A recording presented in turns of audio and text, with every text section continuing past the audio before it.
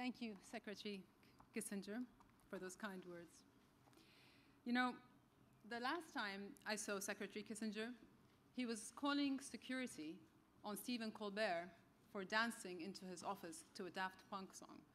So I suggest we all be on our best behavior tonight. And thank you to the Atlantic Council for this honor.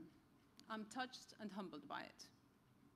Allow me also to offer my warm congratulations to my fellow awardees tonight. With your permission, I'd like to dedicate the Atlantic Council's 2013 Global Citizen Award to the people of Jordan.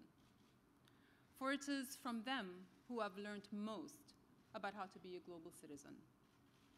Their humanity and benevolence, especially towards the people of Syria at this time, continue to move me. I can't decide whether it's apt or ironic to be talking about global citizenship at this moment in world affairs. Perhaps it's both.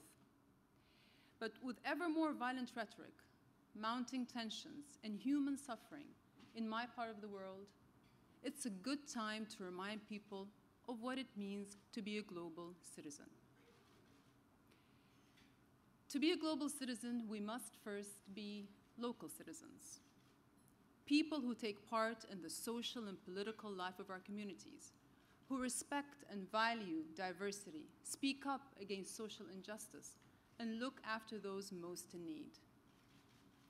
And whereas national citizenship is an accident of birth, global citizenship is an act of will. It requires that we consciously understand the connection between the local and the global, and acknowledge our interdependence. It requires that we take time to learn about the world beyond our borders, its merits, challenges, and injustices, and our role and responsibility in it. It requires moral courage and a commitment to step up and make a difference. For some, this is instinctive. For others, it must be learned.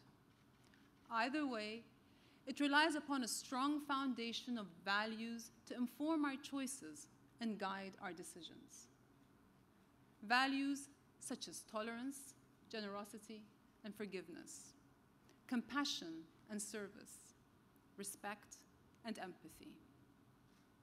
The ability, as J.K. Rowling once said, to think ourselves into other people's minds and imagine ourselves in other people's places. I see these values in action every day in my country, Jordan. Since the Syrian conflict started over 2 years ago, thousands, now millions of refugees have fled to safety. The Jordanian people have opened their homes and their hearts and extended the hand of friendship to those in desperate need. I could not be more proud of or humbled by their selflessness, their sacrifice, and their kindness. Jordan has always been and will always be a country of moderation, a haven of tolerance, and a sanctuary for those fleeing insecurity and danger. His late Majesty, King Hussein, instilled in us all this value of common humanity. And my husband, His Majesty King Abdullah, proudly honors that legacy. But we cannot do it alone. Jordan has neither the wealth nor resources with which some countries in our region are blessed. Rather, we're burdened by poverty and unemployment. So, with over 500,000 refugees in Jordan and more arriving every day, we desperately need help. Governments have been generous, but the UN agencies and civil society groups on the ground are a breaking point trying to meet growing demand. We urgently need the global community to dig deeper, help the most vulnerable, and show them what it means to belong to a global family. We need them to think themselves into the fearful and troubled minds of Syrian children who haven't gone to school for over 2 years, and imagine the agony of their parents watching their sons' and daughters' futures slip away. We need them to think themselves into Jordan's border towns, besieged by desperate refugees, where rents are rising, and where there's competition for scarcities like water and fuel and jobs. And we need them to imagine the strain on the teachers in makeshift schools in Jordan, Syria, Turkey, and Lebanon, teaching double, even triple shifts in tents and buses with scant resources just to keep children learning.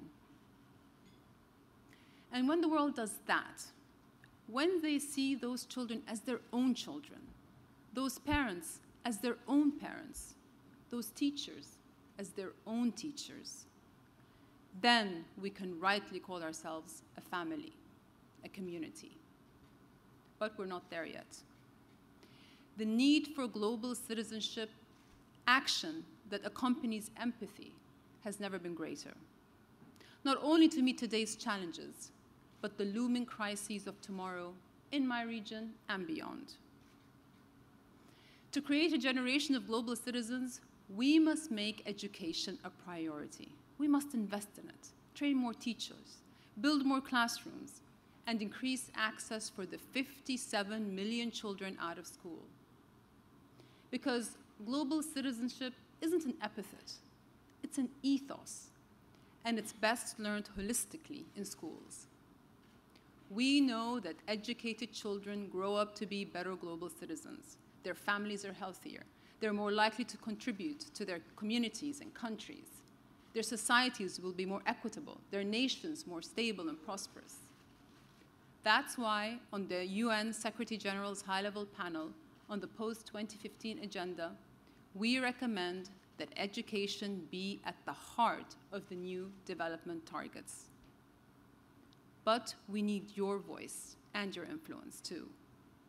As you continue the important work of the Council, please advocate for more humanitarian help for those affected by the Syrian conflict.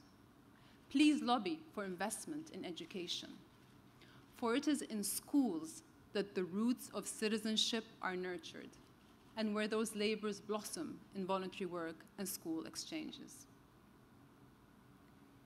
Ladies and gentlemen, it is not enough only to imagine ourselves into the world we want. Global citizenship doesn't happen because we want it to happen. It happens because we make it happen. When we roll up our sleeves and build foundations under lofty ideals and bold aspirations. It is an act of will, and it's a legacy we leave for our children. Thank you all very much.